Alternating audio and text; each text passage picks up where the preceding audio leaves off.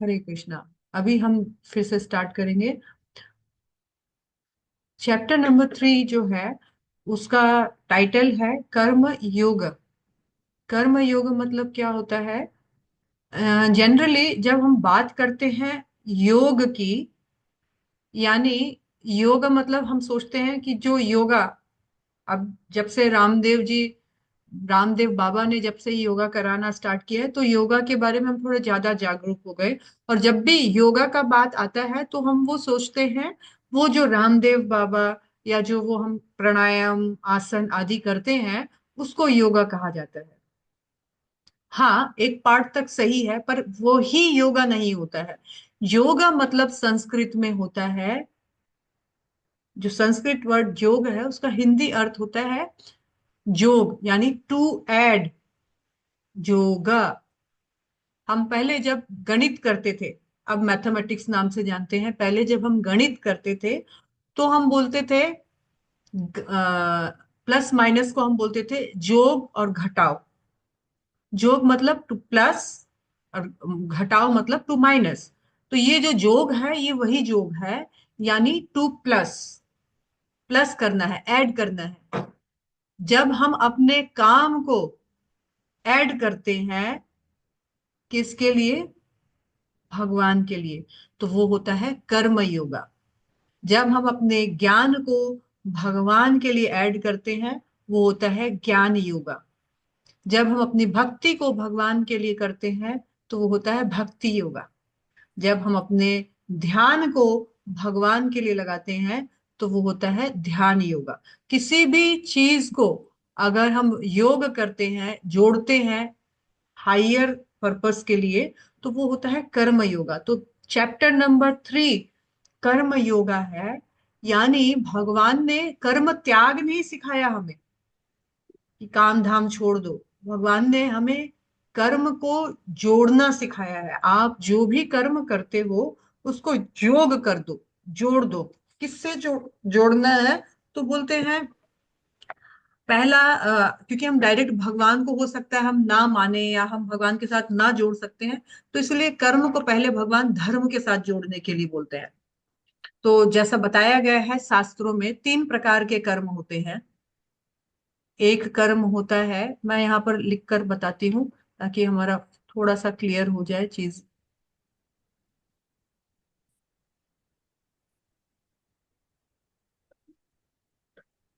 एक होता है सकाम कर्म,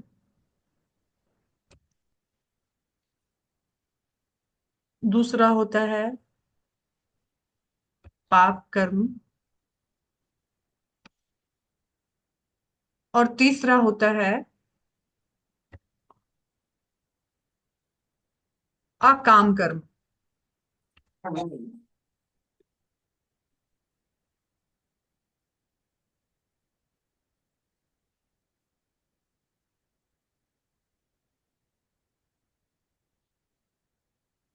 सॉरी, 3 हुआ सकाम कर्म, जिसको हम पुण्य कर्म भी कहते हैं।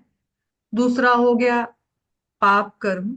तीसरा हो गया अकाम कर्म। 3 प्रकार के कर्म होते हैं। सकाम कर्म मतलब पुण्य कर्म। पुण्य कर्म मतलब जैसे शास्त्रों में बताया है, किसी का भला करो, दान करो, कुछ नेक कर्म करो, सोसाइटी में किसी का बुरा मत करो, दिल मत दुखाओ। तो शास्त्रों में जो कहा गया है अच्छे कर्म, पुण्य कर्म, वो हो गए सकाम कर्म।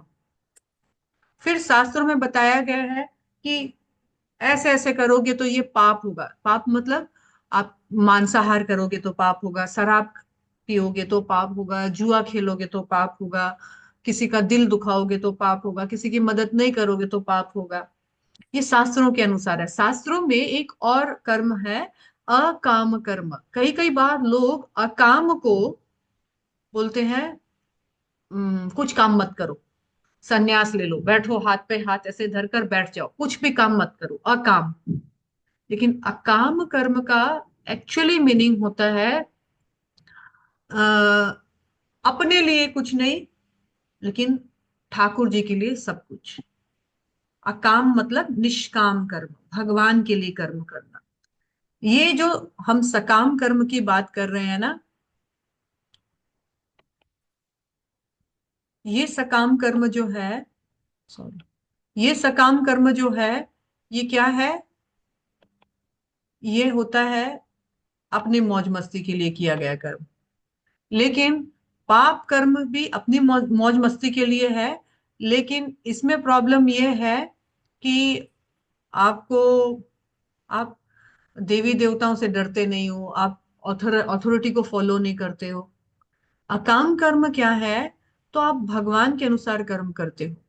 भगवान को प्रसन्न करने के लिए जो कर्म करना होता है वो अकाम कर्म होता है। अब तक क्लियर है ये सकाम अकाम?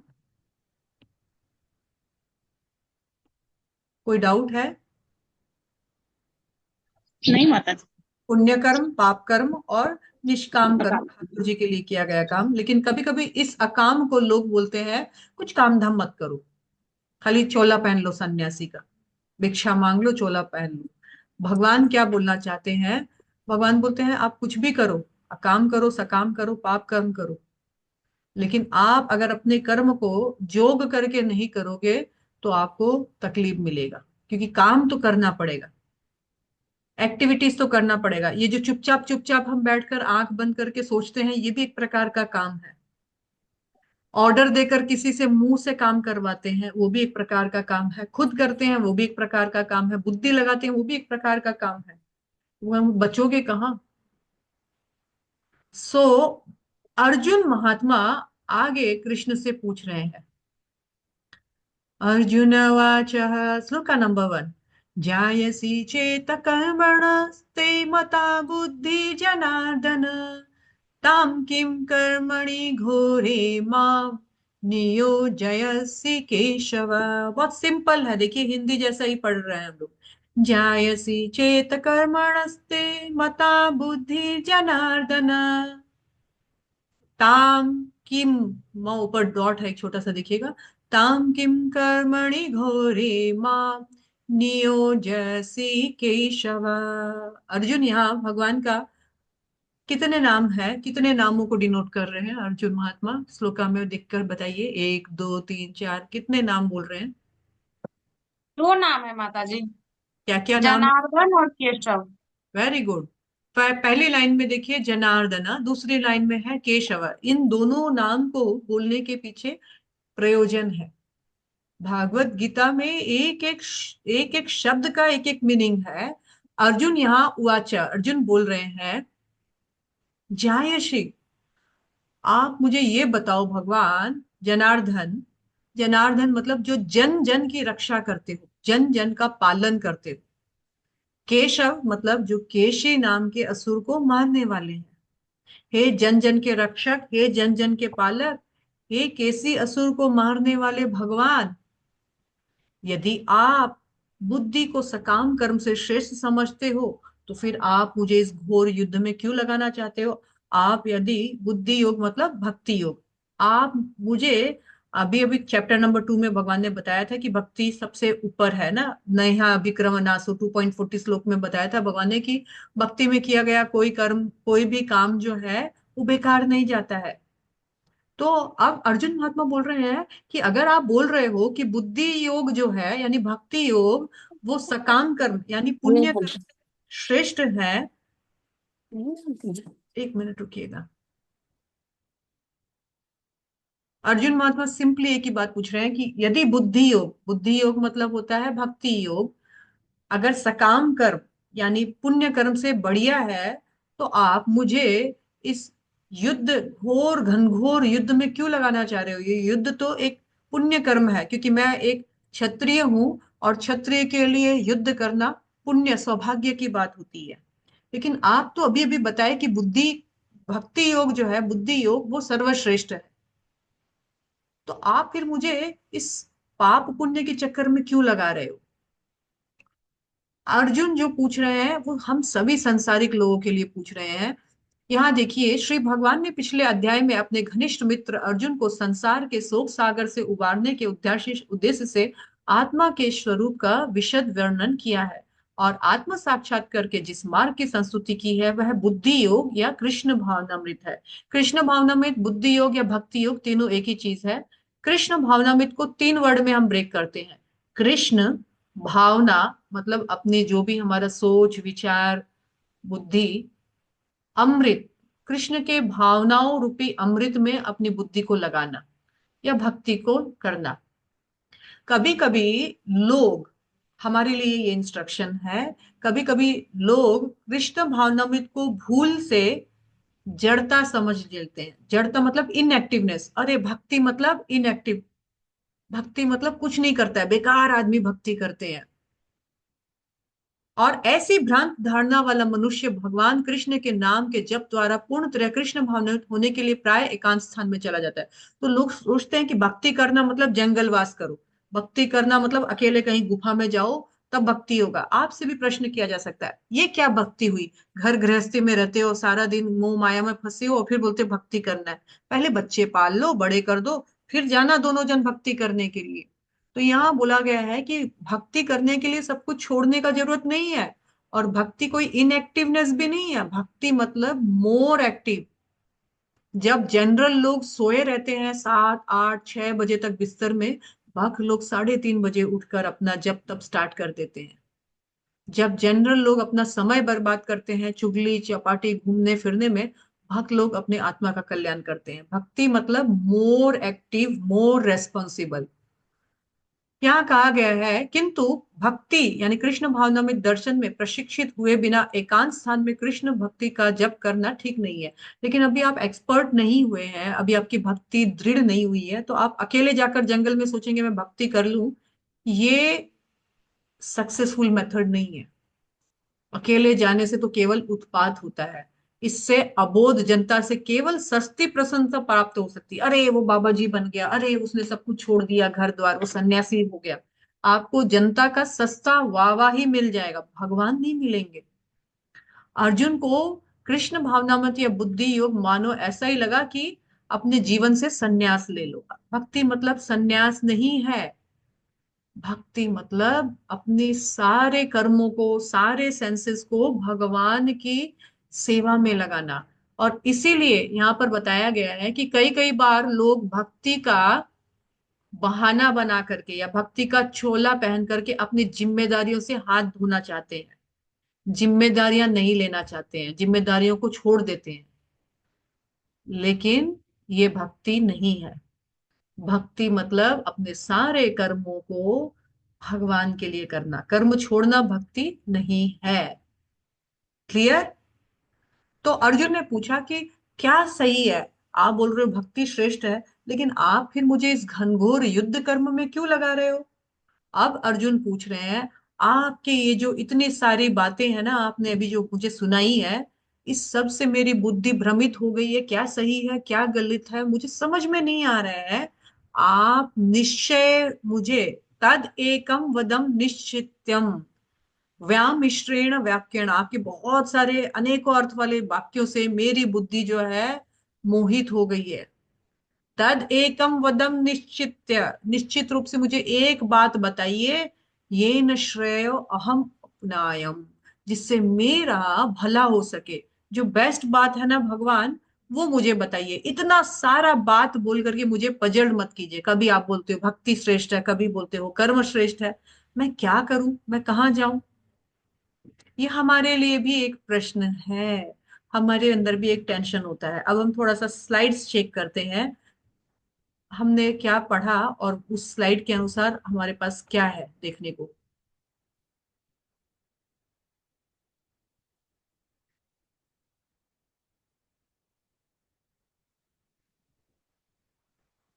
स्क्रीन पे आ रहा है आपका स्लाइड? जी यस। माता जी। Okay, thank you. हम जो भी पढ़ रहे हैं शिल प्रभुपाद के शिक्षाओं के अनुसार पढ़ रहे हैं। शिल प्रभुपाद की जय।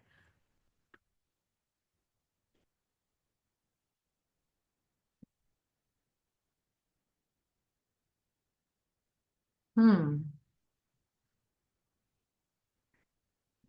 अब तीसरा और चौथा श्लोका पढ़ते हैं। पहले श्लोका, पहले दो श्लोका में हमने जो डिस्कशन किया, अब third and fourth number shloka पढ़ते हैं।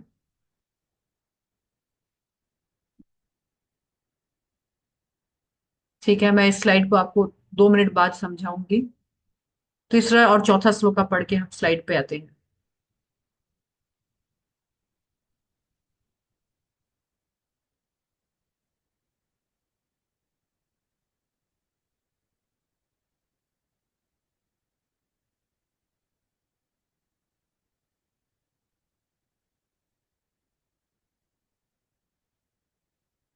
श्री भगवानुवाच लोके अस्मिन् द्विविधा निष्ठा पुरा प्रोक्ता मया नघ ज्ञानयोगेन साङ्ख्यानां कर्मयोगेन योगिना।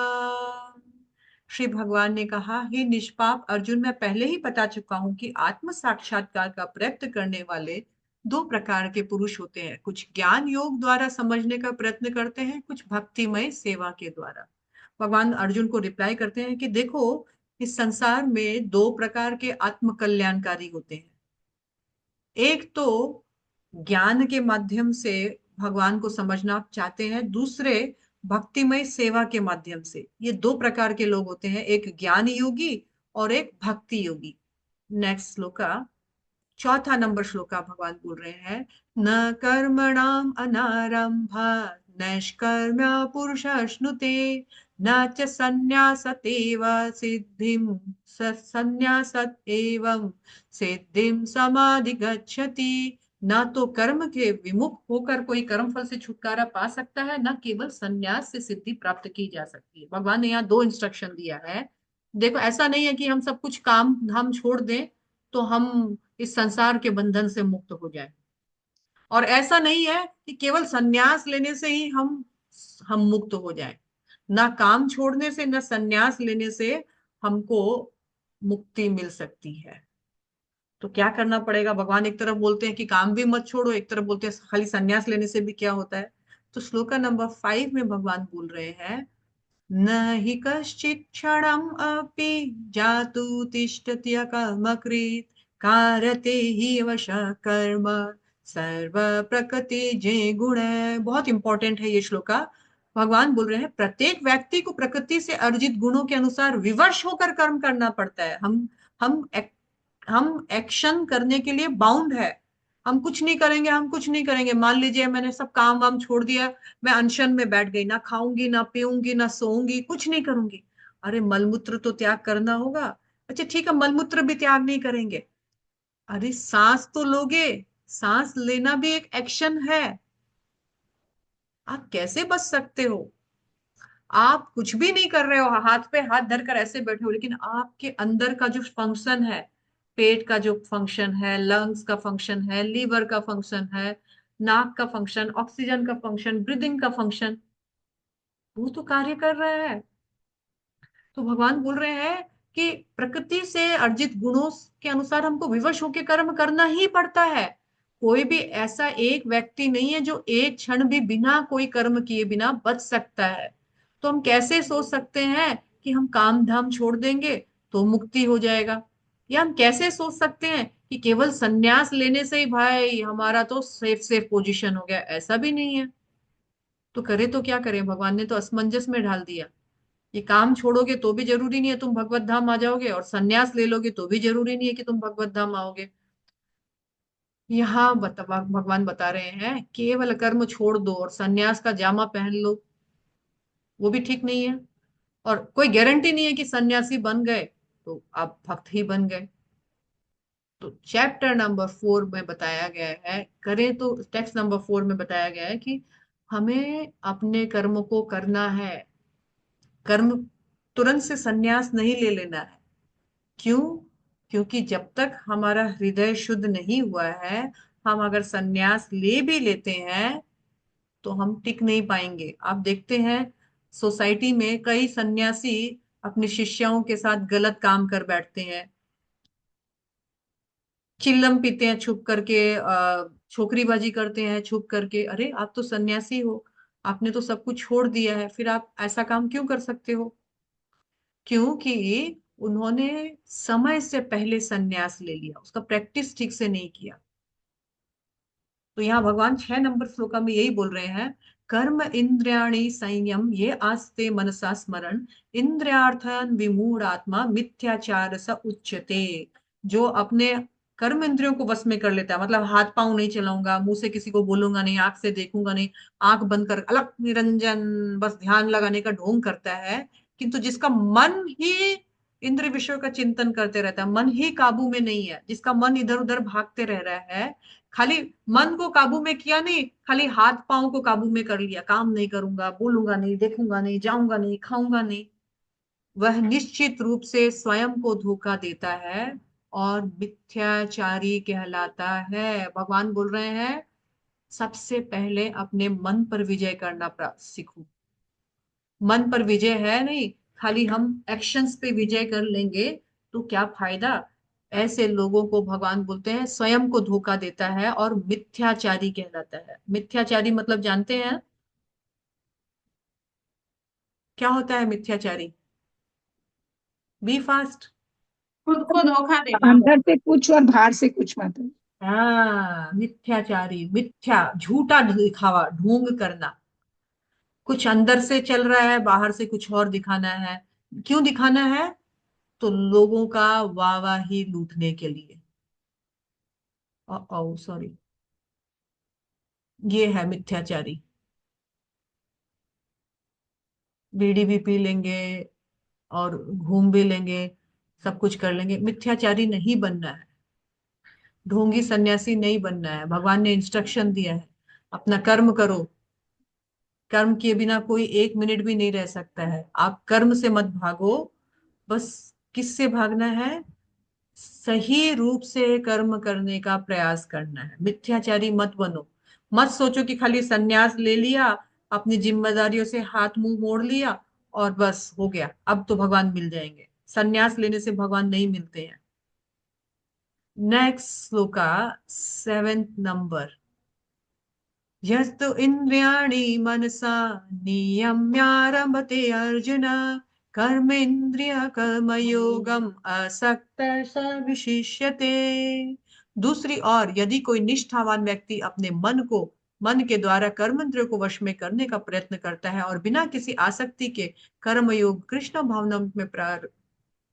भावनामृत में प्रारंभ करता है तो वो अति उत्कृष्ट है। कहा जाता है दूसरी ओर जो मिथ्या वेश धारण करने से अच्छा है अपने मन को धीरे धीरे कंट्रोल करना सीखे और फिर धीरे धीरे एक्शन पे कंट्रोल करे, वो ज्यादा अच्छा है। ऐसे ही खाली ढोंग, सन्यास का ढोंग ले ले और लोगों का वाहवाही लूटने के लिए सब छोड़ करके सन्यासी का जो जामा पहनने से अच्छा है धीरे धीरे साधन भक्ति से अपने मन को कंट्रोल करना सीखे। Slowly slowly, gradual process. इससे क्या होगा? तो धीरे धीरे काम करते करते हमारे हृदय का शुद्धिकरण होगा। जब हमारे हृदय का शुद्धिकरण होगा तो हम लोग अगर काम में लगे भी हैं तो हम गलत काम नहीं करेंगे। 8वें नंबर श्लोका में भगवान ने इंस्ट्रक्शन दिया है नियतम कुरु कर्म त्वम। तुम अपने नियत कर्मों को करते जाओ। कर्म जायो ही अकर्मण। झूठा ही काम नहीं करने का ढोंग मत भरो।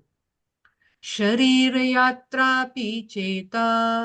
अपनी शरीर की यात्रा के लिए, शरीर इस संसार में शरीर और आत्मा को बनाए रखने के लिए, शरीर के पालन के लिए अपनी ड्यूटीज करते जाओ।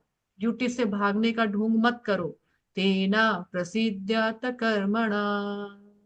ये बिना किसी काम किए बिना ढोंग भरने से अच्छा है अपनी ड्यूटीज को शरीर के पालन के लिए सही रूप में करना सीखो। अपने नियत कर्म करो, क्योंकि कर्म ना करने की अपेक्षा कर्म करना श्रेष्ठ है। कर्म के बिना तो शरीर निर्वाह भी नहीं हो सकता है। इस शरीर को चलने के लिए जो चाहिए उतना व्यवस्था के लिए minimum do your minimum duty.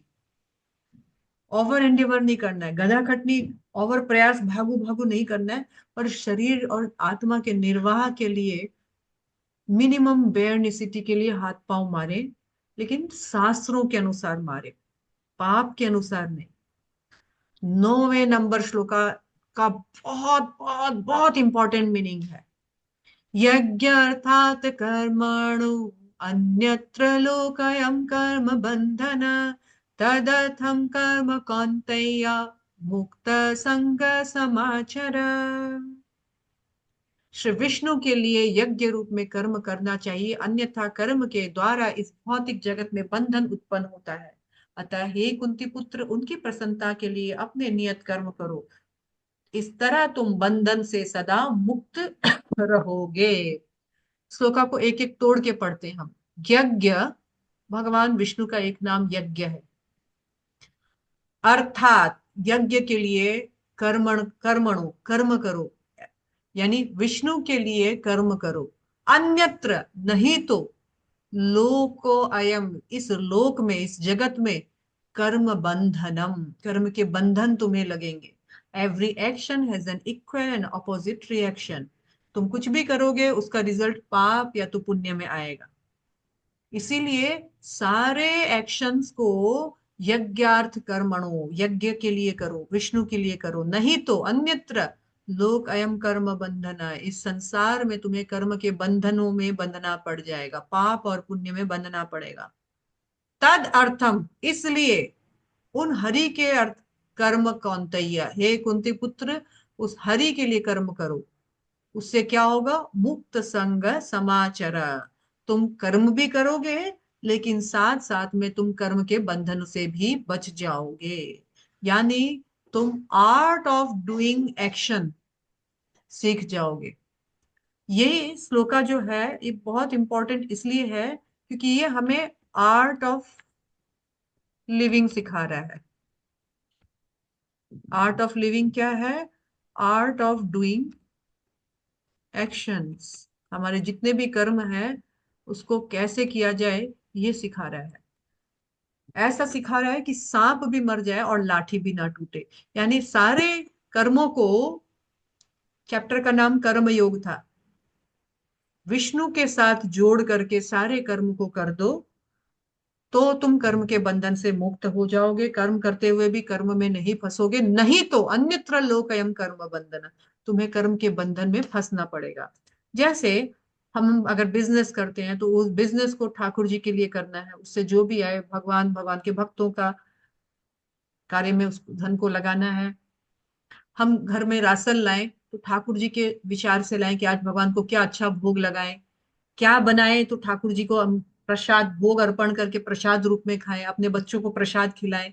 ये घर ठाकुर जी के निमित्त रख के उसका मालिक उनको बनाए और हम उनका सेवक बन के इस घर का साफ सफाई देख रेख करें।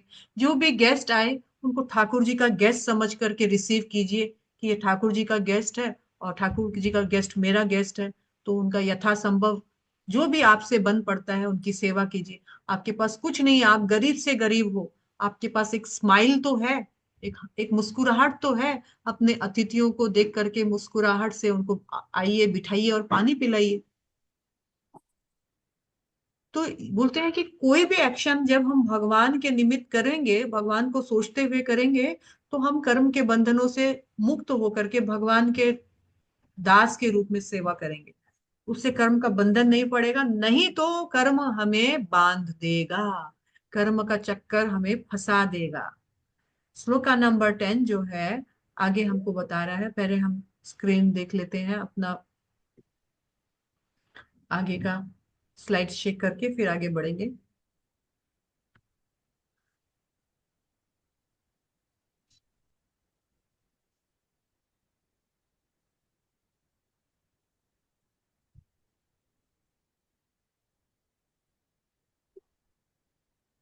यज्ञ अर्थ कर्मणा, भगवान ठाकुर जी के लिए, हरि के लिए कर्म करो।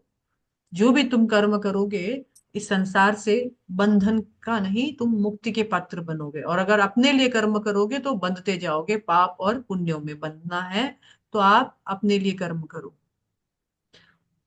क्योंकि ठाकुर जी के लिए किए गए कर्म आपको बंधन से मुक्त करेंगे। ये यहाँ पर ये वाला स्लाइड देखिएगा जो कि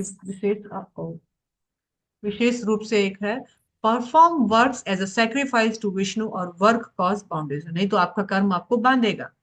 तो यहाँ किससे बांधेगा? बार बार जन्म और मृत्यु के चक्र से बांधेगा।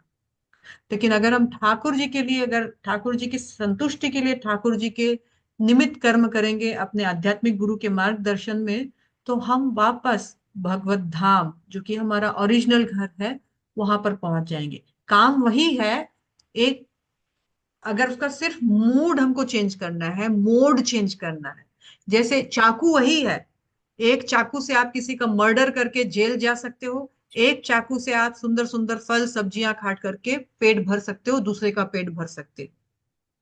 एक सेविंग रेजर से आप अपने चेहरे को सुंदर तरोताजा बना सकते हो। उसी सेविंग रेजर को आपने अगर सही इस्तेमाल नहीं किया, वो एक बच्चे के हाथ में आ गया तो वो कट्स ला सकता है, यानी आपके फेस में वो हार्म कर सकता है और आपका सुंदरता को बदसूरत में बदल सकता है। कहने का मतलब है आपको सिर्फ कर्म की बारीकियों को समझना है। कर्म वही है, चाकू वही है, पर एक चाकू का इस्तेमाल आपको मर्डरर बना सकता है और एक चाकू का इस्तेमाल आपको सुंदर सेफ बना सकता है। इस्तेमाल कैसे करें उस पर बात है। इस संसार में कोई भी कर्म बंधने वाला नहीं है, अगर यज्ञार्थ कर्मण हो, अन्यथा नहीं तो ये कर्म के बंधन आपको बांध देंगे। अब हम आगे एक नया सेक्शन में जाते हैं, जिसमें श्लोका नंबर 10 में बताया गया है। मैं सिर्फ श्लोका नंबर 10 पढ़ूंगी, आपके पास बुक है तो देखिएगा, और मैं उसको एक्सप्लेन करूंगी इस स्लाइड के माध्यम से। श्लोका नंबर 10 है, सह यज्ञ प्रजा श्रेष्ठ पुरोवाच प्रजापति अनेन प्रसय विषय ध्वमेश वो अविष्ट कामधु। तो श्लोका नंबर 10 जो है वो एक बहुत बड़ा इंफॉर्मेशन दे रहा है। हमको दिक्कत हो रहा था, लाओ हमको वो वाला दो, तुम ऐसे ही सुनो। एक मिनट रुकिएगा, किसनी का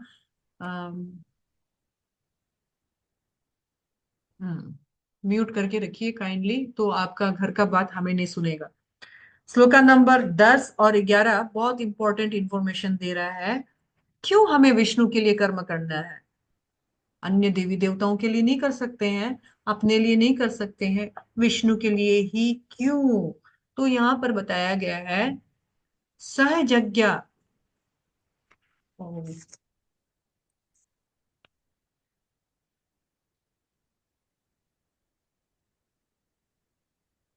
यहाँ बताया गया है सृष्टि के प्रारंभ में समस्त प्रजापतियों के स्वामी ने, यानी ब्रह्मा जी ने सभी जीवों को क्या सिखाया?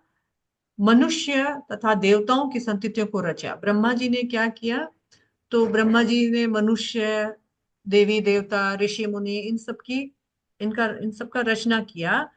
क्यों किया? और उनसे कहा तुम इस यज्ञ से सुखी रहो, क्योंकि इससे करने से तुम सुखपूर्वक रहने तथा मुक्ति प्राप्त करने के लिए समस्त वांछित वस्तुएं प्राप्त कर सकते हो। ब्रह्मा जी ने कहा कि देखो, तुम्हारे लिए मैं कर्म का नियति कर रहा हूं, इस कर्म को तुम अगर सभी सभी लोग करोगे, तो देवी देवता अगर कर्म अच्छे से करे, ऋषि मुनि अपना कर्म अच्छा से करे, मनुष्यगण अपने कर्म अच्छा से करे, तो इस कर्म के माध्यम से हम सब सुखपूर्वक रह सकते हैं, क्योंकि ये हमारा बेसिक नेसेसिटीज को फुलफिल कर सकता है, हमारी आवश्यकताओं को पूर्ण कर सकता है। नेक्स्ट श्लोका में 11th नंबर श्लोका में, देवान भावयतानेन ते देवा भावयुक्तव परस्परम भावयन्तः श्रेय परम वापसा।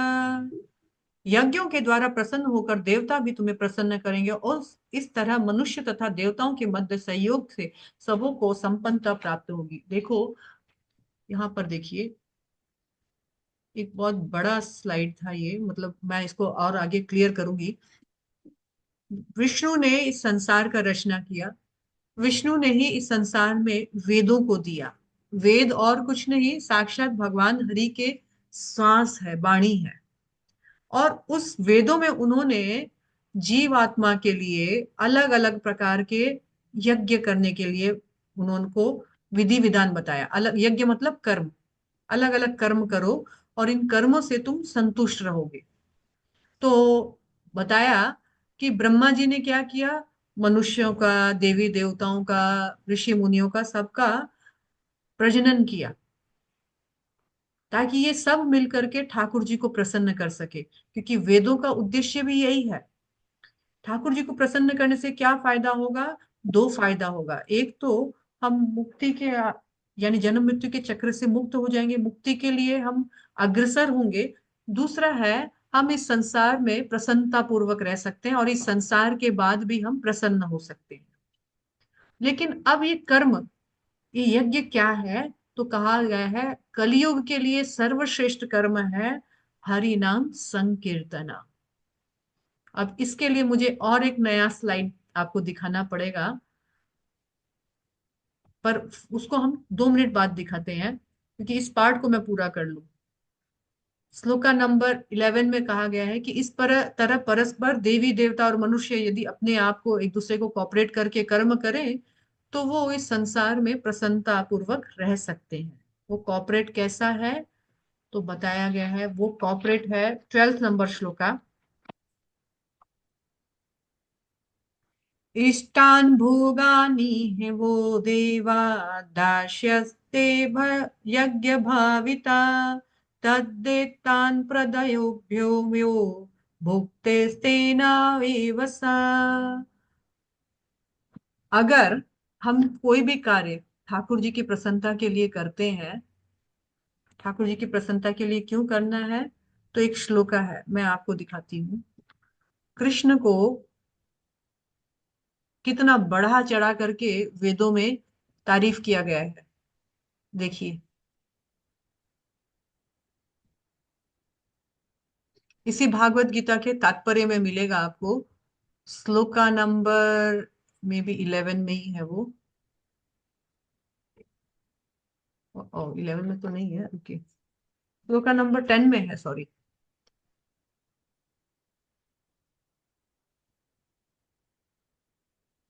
हम्म, श्लोका नंबर 10 में बताया गया है, यहाँ देखिएगा मेरा कर्सर जहां जा रहा है।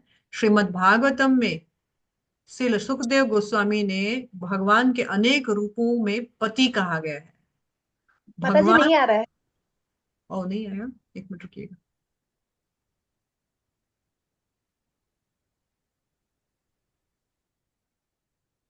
आपको लोगों को जहां भी डाउट हो ना, मुझे बोलिएगा जरूर, प्रश्न जरूर करिएगा, ऐसा नहीं हो कि मैं बोल के चली गई खाली। आया अभी? श्रीमद् भागवत में सुखदेव गोस्वामी ने भगवान को अनेक रूपों में पति कहा है। पति का मतलब क्या होता है? हस्बैंड। पालन करने वाला। यस, पति जो हमारा पालन करता है, भरण पोषण करता है। भागवतम में सुखदेव गोस्वामी ने अनेक रूपों में भगवान को पति, पालन करने वाला कहा गया है, स्वामी कहा है। क्यों, कैसे, तो बताया है। श्रियापति, यज्ञपति, प्रजापति, धियापति, लोकपति, धरापति, पति गति चंद कृणावस्था वृष्णि सात्वताम प्रसिद्धताम में भगवान सताम पति। इतना पति बताया गया, इतने जीवों, इतने चीजों में पति पति पति, मतलब आप स्वामी हो। पहला क्या है? श्रेयपति, लक्ष्मीपति।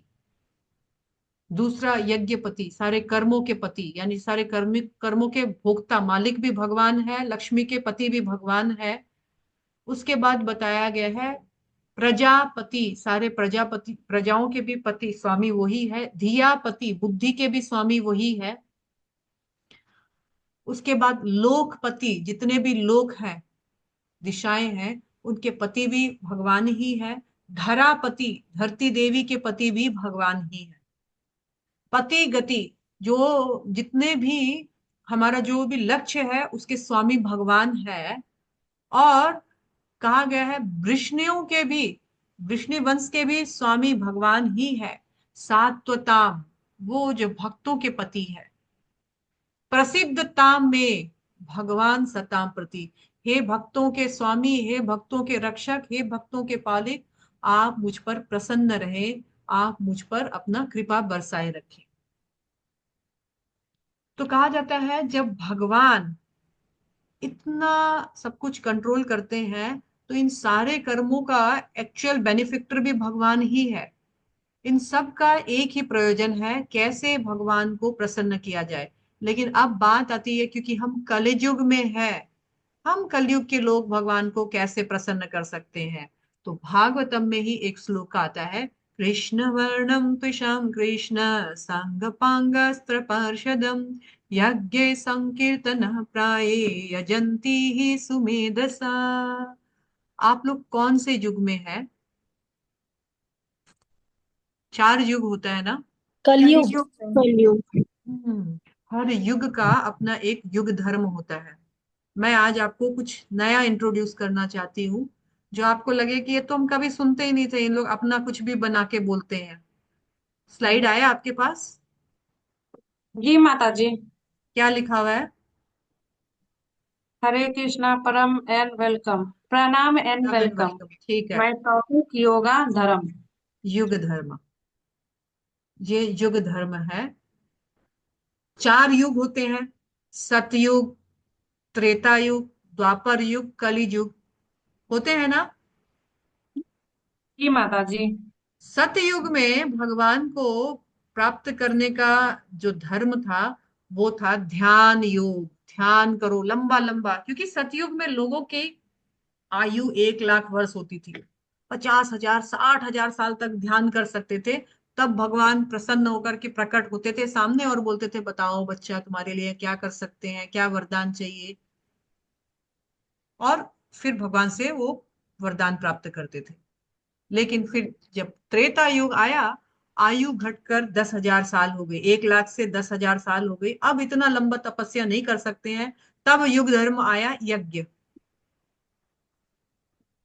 उसके बाद द्वापर, यज्ञ से भगवान प्रकट होते थे और अपनी हमारी इच्छाएं पूरी करते थे।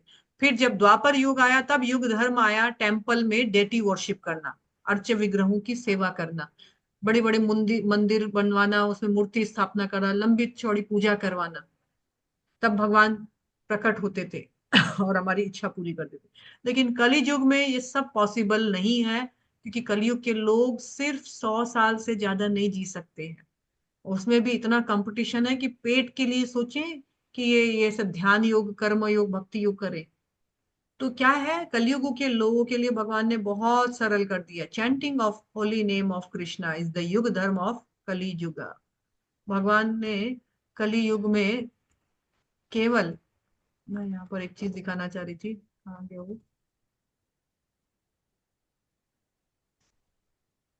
कृष्ण धर्म के रक्षक है, धर्म के पालक है। कृष्ण कौन है? धर्म के पालक है, धर्म के रक्षक है, धर्म के देने वाले हैं। और धर्म गोप्ता है कृष्ण का एक नाम, शाश्वत धर्म गोप्ता। मतलब वो जो इस शाश्वत धर्म के मेंटेनर भी है। कली युग का युग धर्म है हरि नाम संकीर्तन। हरे कृष्ण कृष्ण कृष्ण हरे हरे, हरे राम राम राम हरे हरे। चैतन्य महाप्रभु नित्यानंद प्रभु ने इस युग धर्म के लिए कली युग में इस नाम को हमें दिया है। इस कली युग में केवल युग धर्म ही हमारी रक्षा कर सकता है, अन्यथा और कोई दूसरा चारा नहीं है। तो इसीलिए कली युग में हमें अगर तरना है, न दान, न पुण्य, न पूजा, न पाठ, न वेद, न शास्त्र, सबसे अच्छा तरीका है हरे कृष्णा कृष्ण कृष्ण हरे हरे, हरे राम राम राम हरे हरे। ये तो कौन वालों का है मंत्र, तो इस्कॉन वाले बोलते हैं, है ना? क्या बोलते हैं, इस्कॉन वालों का है? नहीं, इस्कॉन इस्कॉन वालों ने अपने घर में बैठकर कोई मंत्र नहीं बनाया। ये मंत्र शास्त्रों का है, पुराणों का है, चैतन्य महाप्रभु के द्वारा हम जीवों को दिया गया है। एनीवेज नाउ, श्लोका नंबर 11 12 13 में हम देखे, 13 में हम देखे कि जो देवताओं को दिए बिना, 13 नहीं सॉरी 12 में हमने देखा कि जो जीवन की आवश्यक विभिन्न आवश्यकताओं की पूर्ति करने वाले विभिन्न देवताओं को यज्ञ संपन्न होने पर प्रसन्न होकर तुम्हारी सारी आवश्यकताओं की पूर्ति करेंगे। ये सिस्टम ऐसा डिजाइन किया गया है भगवान का के द्वारा कि देवी देवताओं को उन्होंने नियोजित किया है अलग अलग विभाग में।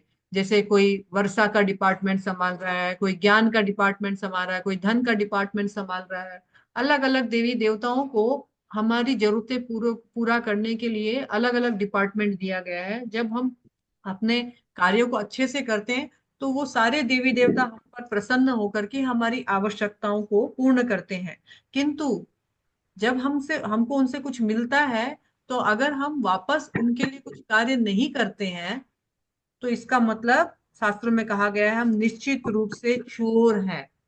यानी सिर्फ लेना सीख जान गए, लेकिन कुछ करते नहीं है वापस। तो इसीलिए 13 नंबर श्लोका में बताया गया है, जो कि बहुत बहुत बहुत इंपॉर्टेंट श्लोक है। 13 नंबर श्लोक का क्या बोलता है? आइए भगवान के मुंह से भगवान का ही वाणी देखते हैं। 13 नंबर श्लोक का क्या बताया है?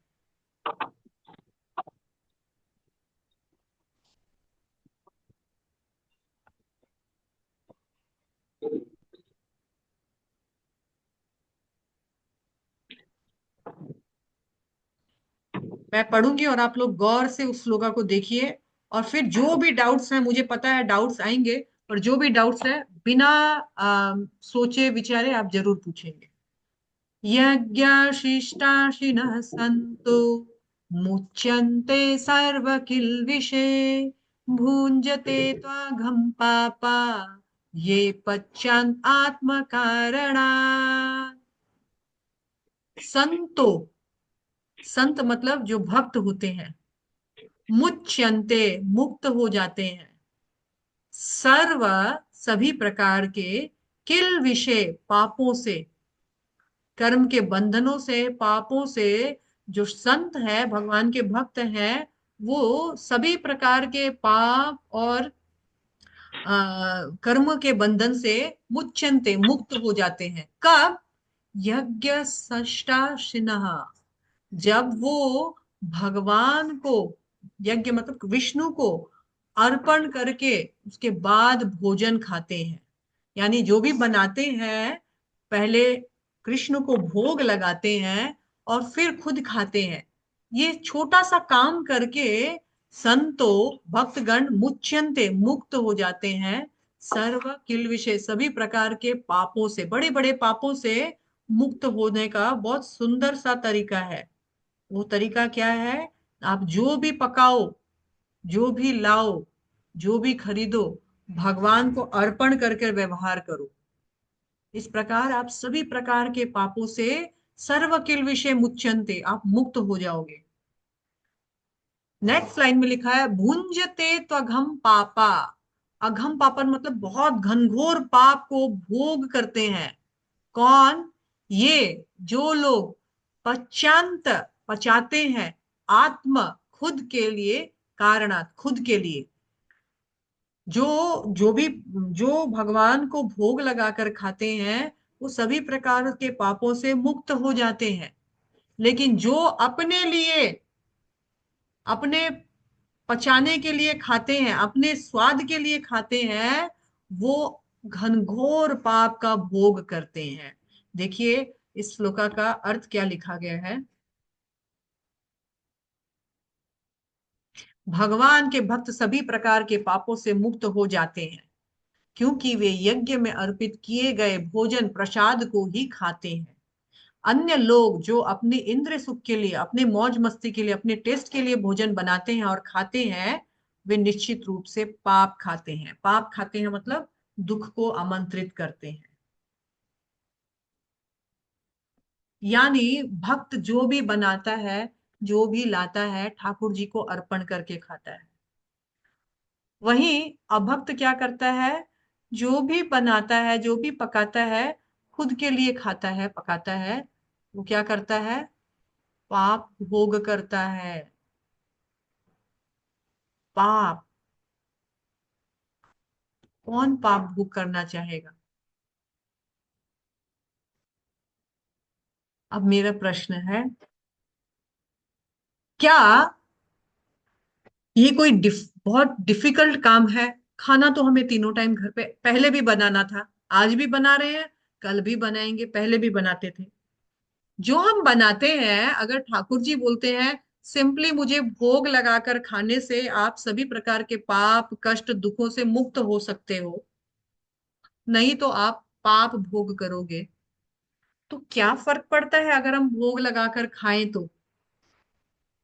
पहले हम अपने लिए बनाते थे, अब हम ये विचार करेंगे कि ये ठाकुर जी के लिए बना रहे हैं और ठाकुर जी को अर्पण करेंगे। कैसे अर्पण करेंगे?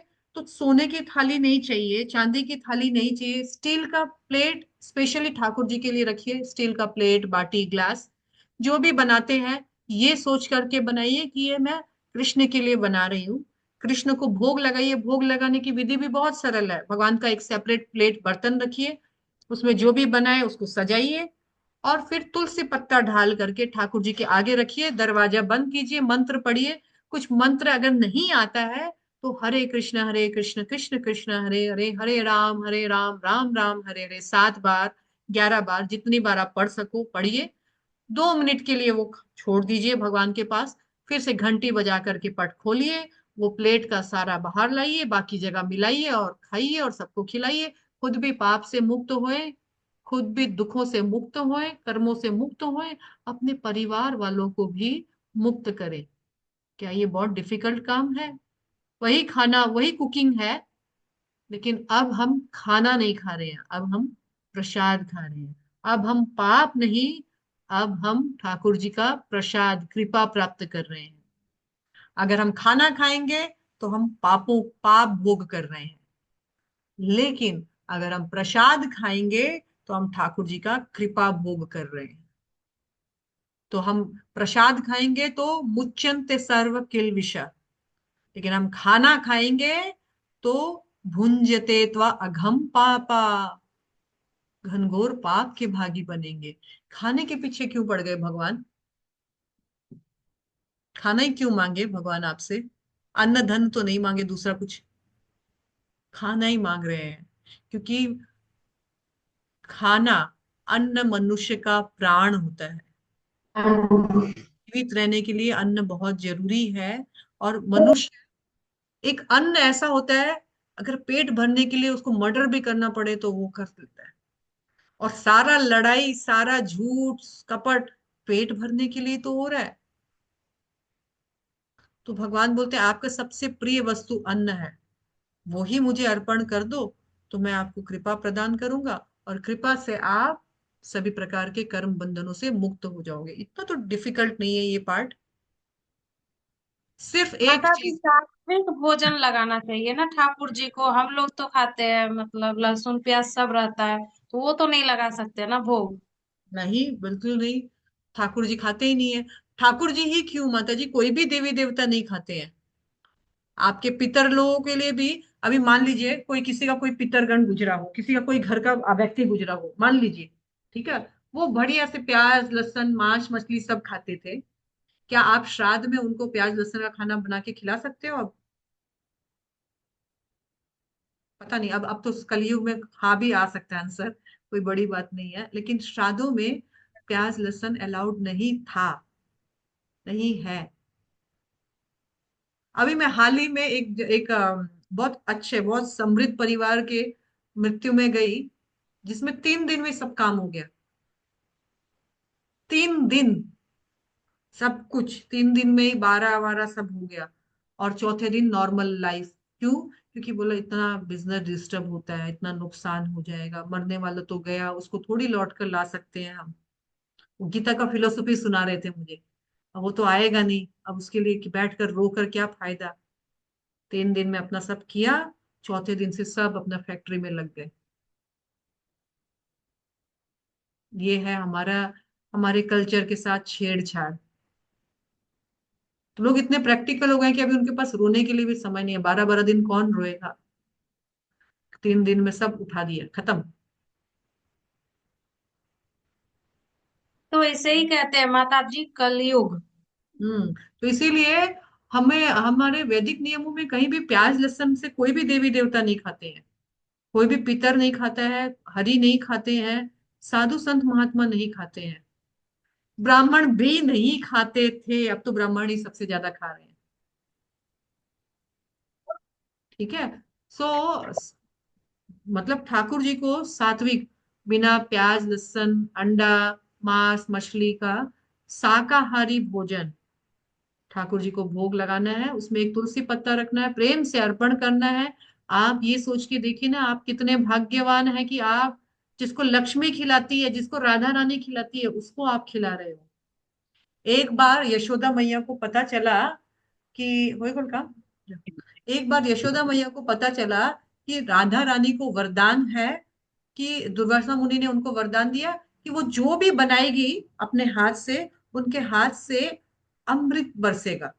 तो जो भी बनाएगी उस पकवान को जो भी खाएगा उसकी आयु लंबी हो जाएगी। यशोदा मैया को ऐसा पता चला तो यशोदा मैया दौड़ी दौड़ी गई राधा रानी के पास। सुन राधिका, आज से मेरे लल्ला के लिए तू ही भोजन पकाइयो। काहे मैया? तू जो भी पकाएगी ना, उससे मेरी लल्ला का आयु और बढ़ जाएगा। तो राधिका तू ही पकाइयो। राधा रानी को डिपार्टमेंट दे दी। राधा रानी स्वयं ठाकुर जी के लिए भोजन बनाती है। और उनकी असिस्टेंट कौन है पता है? लक्ष्मी देवियां। अरे आपको मनुष्य जीवन में राधा रानी का असिस्टेंट लक्ष्मी देवी जैसा रूप मिला है भगवान की सेवा करने के लिए। और आप ठाकुर जी के लिए बनाइए, पकाइए, उनको उनको भोग लगाइए और प्रसाद बनाइए, खुद भी खाइए, बच्चों को भी खिलाइए, पति को भी खिलाइए, उनको मुक्त कीजिए। मुच्यंत सर्व किलेशा। वो वो पाप धोने के लिए हम गंगा जाते हैं। हम अभी गए थे ना सब कोई महाकुंभ में। हाँ, महाकुंभ में कितना पैसा खर्चा किए, कितना धक्का खाए, कितना चले होंगे, कितना ट्रेन फ्लाइट, माय गॉड, एक टॉपिक था उस समय। वो पाप तो हम घर बैठे सिर्फ खा कर भी धो सकते हैं। खाना नहीं खाना है, प्रसाद खाना है। मुच्यंते सर्व किल विषय। So easy task. आपका पति भले ही भगवान के आगे हाथ नहीं जोड़ता हो, आपके बच्चे भगवान भले ही भगवान को ऐसे नहीं मानते हो, लेकिन खाना तो तीनों टाइम मांगेंगे, मैया खाना दे दो। आप बड़े चालाकी से उनको पापों से मुक्त कर सकते हैं प्रसाद खिला करके। आप कैसे इतनी सुंदर व्यवस्था को, आप इतना बढ़िया भगवान ने एक बोनस दिया है आपको, आप कैसे इतना बढ़िया छूट जो है उसको आप छोड़ सकते हैं? नहीं छोड़ सकते हैं ना।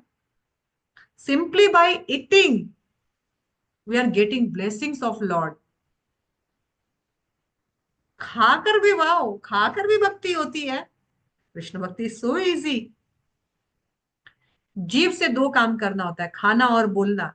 कलयुग का युग धर्म क्या है? हरि नाम संकीर्तन, हरे कृष्ण कृष्ण कृष्ण हरे हरे, हरे राम राम राम हरे हरे। जीव से भगवान का नाम लो, जीव से भगवान का प्रसाद खाओ, और कुछ करने का दरकार नहीं। इन दोनों चीज में पैसा नहीं लगना है, इस दोनों चीज में घर से बाहर नहीं निकलना है, इन दोनों चीज में आपको किसी का मुंह नहीं देखना है।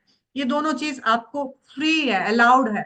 कितना ही बक बक करो, कितना ही खाओ, लेकिन हम बक बक कृष्ण नाम का करेंगे, हम खाएंगे कृष्ण प्रसाद। तो दो छोटा सा चेंज चैप्टर नंबर 3 का अब तक का श्लोक हमको बता रहा है। गाओ कृष्णा जस, खाओ कृष्णा रस। दो ही चीज, गाओ कृष्णा जस। अब इस गुणगान करो इस जीव से, और कृष्ण के सुंदर प्रसाद रूपी रस का पान करो, बस। Is it difficult?